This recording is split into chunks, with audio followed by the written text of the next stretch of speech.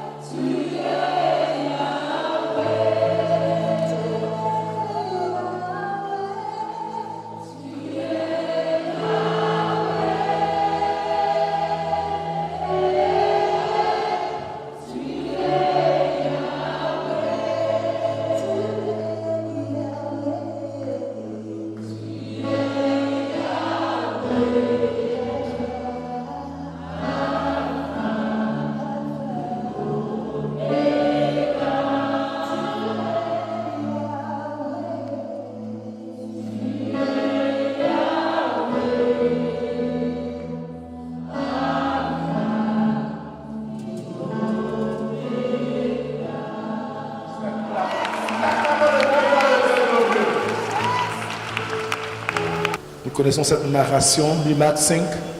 On va lire à partir du verset 25. Marc 5, je lis à partir du verset 25. Marc 5, de 25 à 34. Je lis dans la version Louis II, si on a trouvé. Or, il y avait une femme atteinte d'une perte de sang depuis 12 ans. Elle avait beaucoup souffert entre les mains de plusieurs médecins.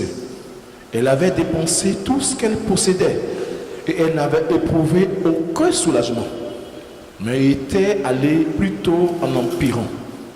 Ayant entendu parler de Jésus, elle vint dans la foule par derrière et toucha son vêtement. Car elle disait, si je puis seulement toucher ses vêtements, je serai guérie. Au même instant, la perte de sang s'arrêta et elle sentit dans son corps qu'elle était guérie de son mal. Jésus connut aussitôt en lui-même qu'une force était sortie de lui. Et, se retournant au milieu de la foule, il dit, qui a touché mes vêtements? Ses disciples lui dirent, tu vois la foule qui te presse et tu dis, qui m'a touché? Et il regardait autour de lui pour voir celle qui avait fait cela. La femme, effrayée et tremblante, sachant ce qui s'était passé en elle, vint se jeter à ses pieds et lui dit toute la vérité. Mais Jésus lui dit, ma fille, ta foi t'a sauvée. Va en paix et sois guérie de ton mal. Amen. Le thème que nous allons traiter ce soir, c'est faire le pas de la foi. Faire le pas de la foi. Et si c'est une narration, dans cette narration, on nous dit qu'il y a une femme qui a traversé le monde difficile pendant 12 ans. Elle avait une perte de sang. Et quand nous lisons les livres de Lévitique, on sait qu'en Israël, une femme qui est dans cette situation-là ne doit pas rester dans le public. Elle doit rester quelque part à l'écart. Donc cette femme était confrontée à cette difficulté-là. Mais la Bible nous dit que cette femme, voyant sa situation, elle est allée voir tous les spécialistes de son temps. Elle allait voir tous les spécialistes, que ce soit les gynécologues, que ce soit les généralistes, en tout cas tout ce qu'elle pouvait voir selon ses moyens. Mais la Bible nous dit que la situation, au lieu de s'améliorer, s'empirait. Pas seulement que sa santé s'empire, mais elle s'appauvrit parce qu'elle dépense. Et elle a tout dépensé. Je relis le verset 26 qui dit, elle avait beaucoup souffert entre les mains de plusieurs médecins. Quand on dit plusieurs, ce n'est pas deux médecins, on dit plusieurs. C'est-à-dire que tout ce qu'elle pouvait voir comme médecin, elle les a visités. Mais il n'y a pas eu de solution. Elle avait dépensé tout ce qu'elle possédait. Peut-être même que cette femme avait vendu sa maison ou même ses biens pour sa santé. Parce qu'on dit communément, la santé n'a pas de prix. Pour sa santé, elle a peut-être vendu sa plantation, vendu ses bijoux, vendu tout ce qu'elle pouvait vendre. Parce qu'elle avait besoin d'être guérie. Peut-être si on lui disait qu'il y a un médecin qui est dans d'autres pays, elle va partir, mais elle n'a pas la solution qu'elle cherchait. Elle revient, elle va prendre quel autre médecin qui est quelque part d'autre, elle va partir, mais elle revient et la situation s'empirait. Donc pour pouvoir chercher la guérison, dans cette recherche de la guérison, elle a tout dépensé. Je peux dire qu'elle a tout liquidé pour recevoir la guérison. Mais la Bible nous dit que sa situation s'empirait. On dit, mais elle était allée plutôt en empirant. Pas seulement que sa souffrance augmentait, mais elle perdait tout ce qu'elle avait comme richesse. Elle perdait tout ce qu'elle avait comme bien. Parce qu'elle cherchait sa santé. Mais un jour, elle a entendu parler de Jésus. C'est vrai, nous, dans notre foi chrétienne, un jour dans l'histoire de notre vie, on a entendu parler de Jésus. Mais cette dame a dit, ayant entendu parler de Jésus, elle vint dans la foule par derrière et toucha son vêtement. Le verset 28 dit, car elle disait, si je puis seulement toucher ses vêtements, je serai guérie. Elle ne cherche pas autre chose que de toucher les vêtements de Jésus. Quand on lit les Saintes Écritures, la Bible nous dit que Paul, son mouchoir guérissait. Parce que notre Dieu n'a pas changé. Elle a préparé sa guérison. Parce qu'elle s'est dit en elle-même, car elle disait, si je puis seulement toucher ses vêtements, je serai guéri. La Bible dit, au même instant, la perte de sang s'arrêta. Et elle sentit dans son corps qu'elle était guérie de son mal. La situation de la femme nous amène à réfléchir sur le défi qui est en face de nous. Faire le pas de la foi. Je peux dire que la foi, c'est croire aux promesses de Dieu. Croire que ce que Dieu a dit, cela va s'accomplir dans ta vie. Et être ferme dessus. Et cette femme-là, elle a entendu. Peut-être que quelqu'un lui a rendu témoignage. Quelque part. Pour dire que Jésus, il est passé ici. Il a guéri. Quand tu prends Acte 10, verset 38. On lui partout il passait. Il faisait du bien. Elle a entendu parler de Jésus. Elle a entendu que Jésus faisait du bien. Elle a entendu que Jésus délivrait beaucoup de personnes. Et elle a saisi elle a accepté cette révélation-là. Elle a accepté cette parole-là. On lui a dit Jésus guérit. Elle dit j'accepte cela. Et comme il guérit, moi il va me guérir aussi. Mais je ne demande pas grand-chose. Seulement toucher le pan de sa robe.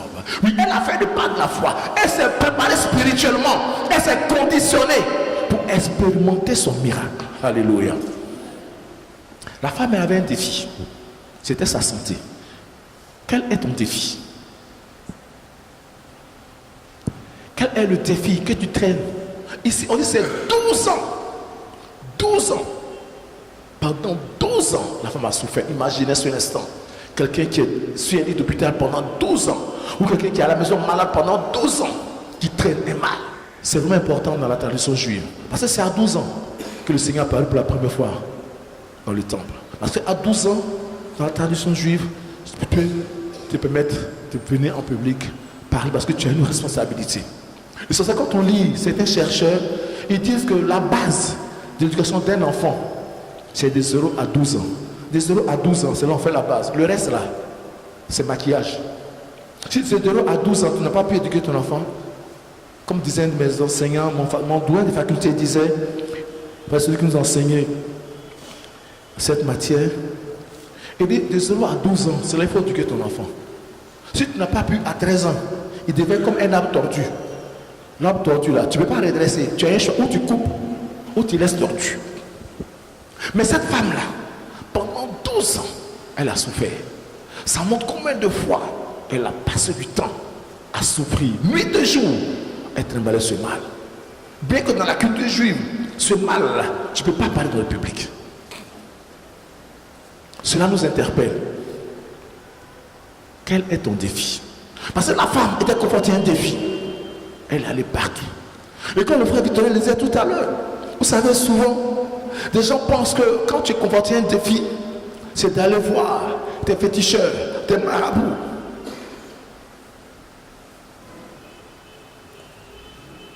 Ceux-là, ils n'ont pas la solution.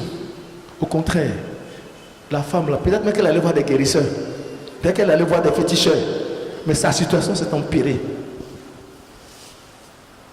J'ai connu des personnes qui sont allées voir des féticheurs, mais au soir de leur vie, ce défi qui voulait relever de prospérité, c'est la pauvreté qui les a frappés au soir de leur vie. Mais cette dame-là, confrontée à ce défi-là, elle entend parler de Jésus. Peut-être que quelqu'un a rendu témoignage des bienfaits du Seigneur Jésus dans sa vie. Elle s'approprie cette révélation. Elle reçoit un rima dans cette révélation-là. Elle se l'approprie et elle ajoute la foi. Elle dit, s'il l'a fait pour A, il peut le faire pour moi. Alléluia. Parce que ça veut dire dans Hébreux 13, verset 8, il est le même hier, aujourd'hui éternellement. Quel est le défi qui est en face de toi? Quel est ce défi-là qui est en face de toi? Peut-être l'ennemi t'a dit que tu ne vas jamais avoir telle chose. Tu ne vas jamais vivre dans telle condition. Mais qu'est-ce que Dieu t'a dit? Parce que la dame, on dit, ayant entendu parler de Jésus. Quand on parle de Jésus, c'est pour dire, c'est bien fait. Quelqu'un a rendu témoignage des bienfaits du Seigneur Jésus. Elle a entendu cela. Elle a saisi cette parole-là. Elle s'est appropriée cette parole-là. Et et elle dit, ça là, c'est pour moi. Ce qu'il a fait, il va le faire encore pour ma vie. Alléluia. Quel est le défi qui est en face de toi? Peut-être dans ton songe, tu as vu des personnes que tu connais, tu viens te menacer, tu viens te dire, toi, tu ne vas jamais avoir ceci, toi, tu ne vas jamais être épanoui. Mais qu'est-ce que tu as entendu de Jésus te concernant? Oui, tu vois ces défis-là. Mais Jésus t'a dit quoi? Jésus pourrait dire à Jérémie, ils te feront la guerre, mais tu ne vaincras point. C'est ça qui est la vérité, c'est ça qui est réel. Donc Jérémie était conscient, il était sûr que malgré tout ce que ce peuple est en train de faire, lui, Jérémie, il a la victoire. Pendant ces 21 jours, quels sont tes défis? Quels sont ces défis auxquels tu es confronté?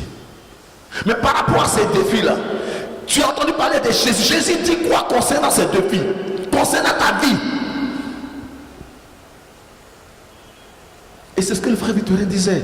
Vous savez, c'est ça la foi. La foi, c'est confesser ce que Dieu t'a dit. Il ne faut pas regarder les circonstances. Il faut regarder les promesses de Dieu. Parce que quand on regarde l'homme de Dieu, il envoie son serviteur. Il dit, il va pleuvoir. Il dit, lui, le serviteur dit, il ne voit rien. Plus tard, il dit, il voit des nuages comme la paume de la main. Il dit, c'est ça. Il va pleuvoir. On voit, c'est ton serviteur. Il dit, il était là avec son. Il dit, le 2 Rois, chapitre 6. Le serviteur avait peur. Parce qu'il voit cette armée, il voit ce qui est dans le physique. Mais son maître va au-delà du physique. Il va dans le surnaturel. Il voit ce qui est spirituel. Il dit, ceux qui sont avec nous là, ils sont plus nombreux. Qu'est-ce que tu vois? C'est ce que toi tu vois. Mais ceux qui sont avec nous sont nombreux. Il dit, Seigneur, ouvre ses yeux qu'il voit. La dame avait préparé son miracle. Elle avait compris que Jésus est capable. Comment te prédisposes-tu pendant ces 21 jours? Est-ce que tu viens accompagner ton voisin? Oui, si je ne viens pas, on va m'appeler pour me demander, vraiment, tu n'as pas vu pendant 21 jours là, est-ce que tu es malade? Qu'est-ce que tu as? Donc, pour ne pas qu'on te demande, tu viens quand même. Mais tu es convaincu que ce que tu vis là, on ne peut rien faire. Toi, dans ta famille, c'est comme ça. Mais la Bible nous dit dans le livre des gens, on n'est plus né de la chair, on n'est plus né du sang, on n'est plus né de l'homme, mais on est né de Dieu. Alléluia. Quand tu es né de Dieu, il faut t'approprier les promesses de Dieu. Quand tu es enfant de Dieu, il faut t'approprier les promesses de Dieu. Qu'est-ce que Dieu te dit? Dieu te dit des choses. C'est vrai, il y aura des défis. Mais regarde au Seigneur. Il est tout puissant. Alléluia. Ce qu'il t'a dit, il va l'accomplir. C'est vrai que nous ne nous voyons pas la face. Étant chrétien, ça ne veut pas dire qu'il n'y a plus de combat spirituel, il n'y a plus de guerre. Non. Le jour où tu deviens chrétien là, dis-toi que le combat est engagé là. Parce que tu quittes un monde pour aller dans un autre monde. C'est le monde de lumière. Et l'ennemi va toujours chercher à te ramener là où lui il veut. Mais c'est en cela qu'on doit faire le pas de la foi. Dis, qu'est-ce que Dieu t'a dit? Il faut te l'approprier. Il faut te mettre ça dans la tête. Cette dame, au départ, elle a pensé que les hommes pouvaient régler son problème. Elle a pensé que son argent pouvait régler son problème. Elle a pensé que ses relations pouvaient régler son problème. Elle a pensé que les médecins pouvaient régler son problème. Elle a pensé que les guérisseurs pouvaient régler son problème. Elle a pensé que les tradipraticiens pouvaient régler son problème. On dit, elle a fait tout ce tour-là. Mais elle s'est rendue compte qu'elle allait de mal en pire. Je ne sais pas quel est ton défi. Mais je vais t'inviter à faire le pas de la foi. À ne pas regarder, comme je disais la fois dernière, et j'aime bien ce texte, ça m'a beaucoup aidé. Chaque fois que je me dis ce texte, je rends gloire au Seigneur. Il a écrit, ne dis pas à Dieu que j'ai un grand problème. Mais dis au problème, j'ai un grand Dieu. Dis à cette montagne que j'ai un grand Dieu. La femme a dit à la maladie que Jésus est tout puissant. La femme dit à la maladie, à partir d'aujourd'hui, je t'informe que si elle touche Jésus là, tu dois me quitter. Elle a parlé à la maladie. Elle a préparé sa guérison. Elle a fait le pas de la foi. Est-ce que tu prépares l'atmosphère des miracles dans ta vie? Parce que la femme a préparé son miracle. Hein? Elle a parlé à la maladie. Elle dit, ayant entendu parler de Jésus, elle vint dans la foule par derrière et toucha son vêtement. Car elle disait, si j'ai pu seulement toucher ses vêtements, je serai guéri. On dit, car elle disait à la maladie, toi là, aujourd'hui là, la seule chose que moi je dois faire, c'est toucher Jésus. Puis tu as parti. La maladie a entendu. Donc elle a préparé l'atmosphère de miracle. Et quand elle a fait ce pas de la foi, elle veut dire à l'instant même. Parce que les démons ont entendu. Et les démons savent qu'il doit partir en présence du Dieu vivant. Elle a refusé sa condition. Elle n'a pas caressé. Elle ne s'est pas approprié la condition. Elle n'a pas dit je vais faire avec. Mais c'était un handicap terrible en Israël, cette situation-là. C'est un handicap terrible. Ça t'empêche de travailler, ça t'empêche d'être dans la société, d'être vraiment libre dans la société. Et au-delà de cela, imaginez cette hémorragie pendant 12 ans. Elle était peut-être anémiée. Oui, je ne sais pas quelle hémorragie tu vis dans tes finances. Peut-être que tu es anémié quelque part dans ta vie. Mais faisons comme cette dame, cette femme, bien que affaiblie. Je sais que je ne suis pas médecin, mais quelqu'un qui perd beaucoup de sang est affaibli. Mais elle fait l'effort d'aller toucher Jésus. Imaginez sur l'instant le Seigneur Jésus, avec tout ce monde-là. Et même ses serviteurs lui disent, mais tout le monde est sûr qui t'a touché. Imaginez où elle était, quel effort elle a fourni pour aller toucher le Seigneur Jésus. Elle a fait des efforts pour aller le toucher. Parce qu'elle s'était préparée pour recevoir son miracle. Oui, les médecins lui ont dit peut-être que pour toi on ne peut rien faire. Parce qu'on a tout essayé. Tous les médicaments qu'on peut fabriquer pour te guérir, on a tout essayé. Mais ta situation s'empire. Je ne sais pas quel est ton défi. Peut-être c'est un problème de santé, c'est un problème financier, un problème professionnel, je ne sais pas.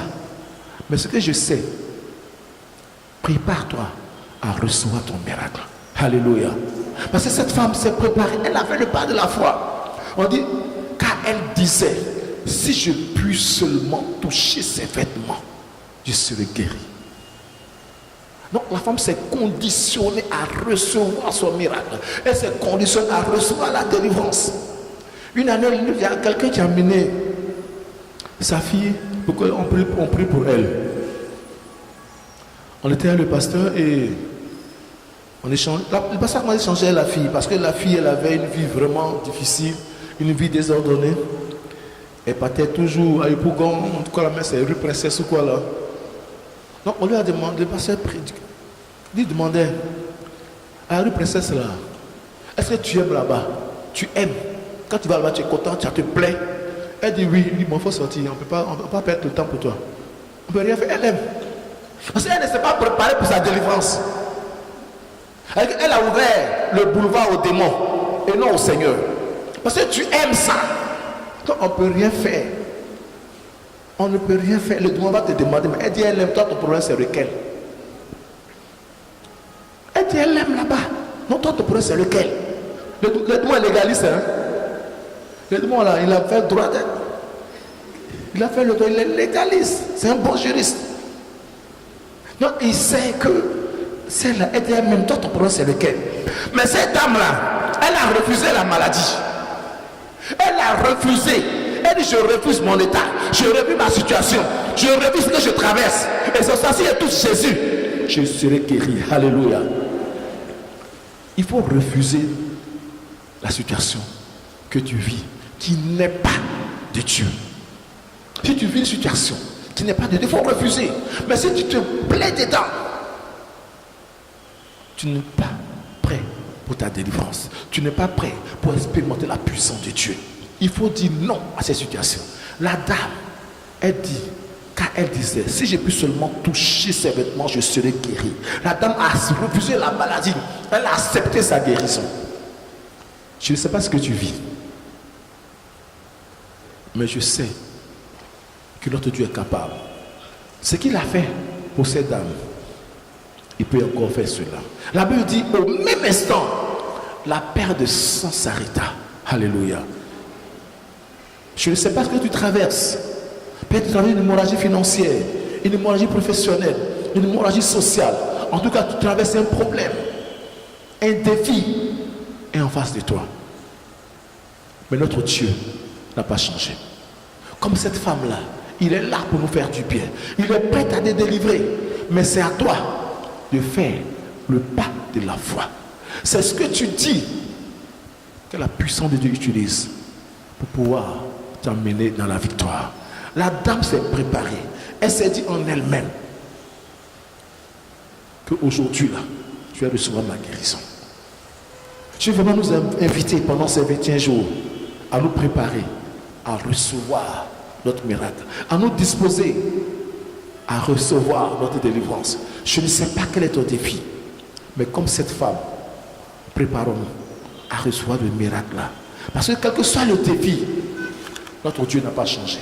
Il est capable de nous délivrer. Il est capable de nous restaurer. Que Dieu nous bénisse. Et ce soir, on va prier. Nous avons donné un cantique et après on va se lever pour prier. Je ne sais pas quel est ton défi.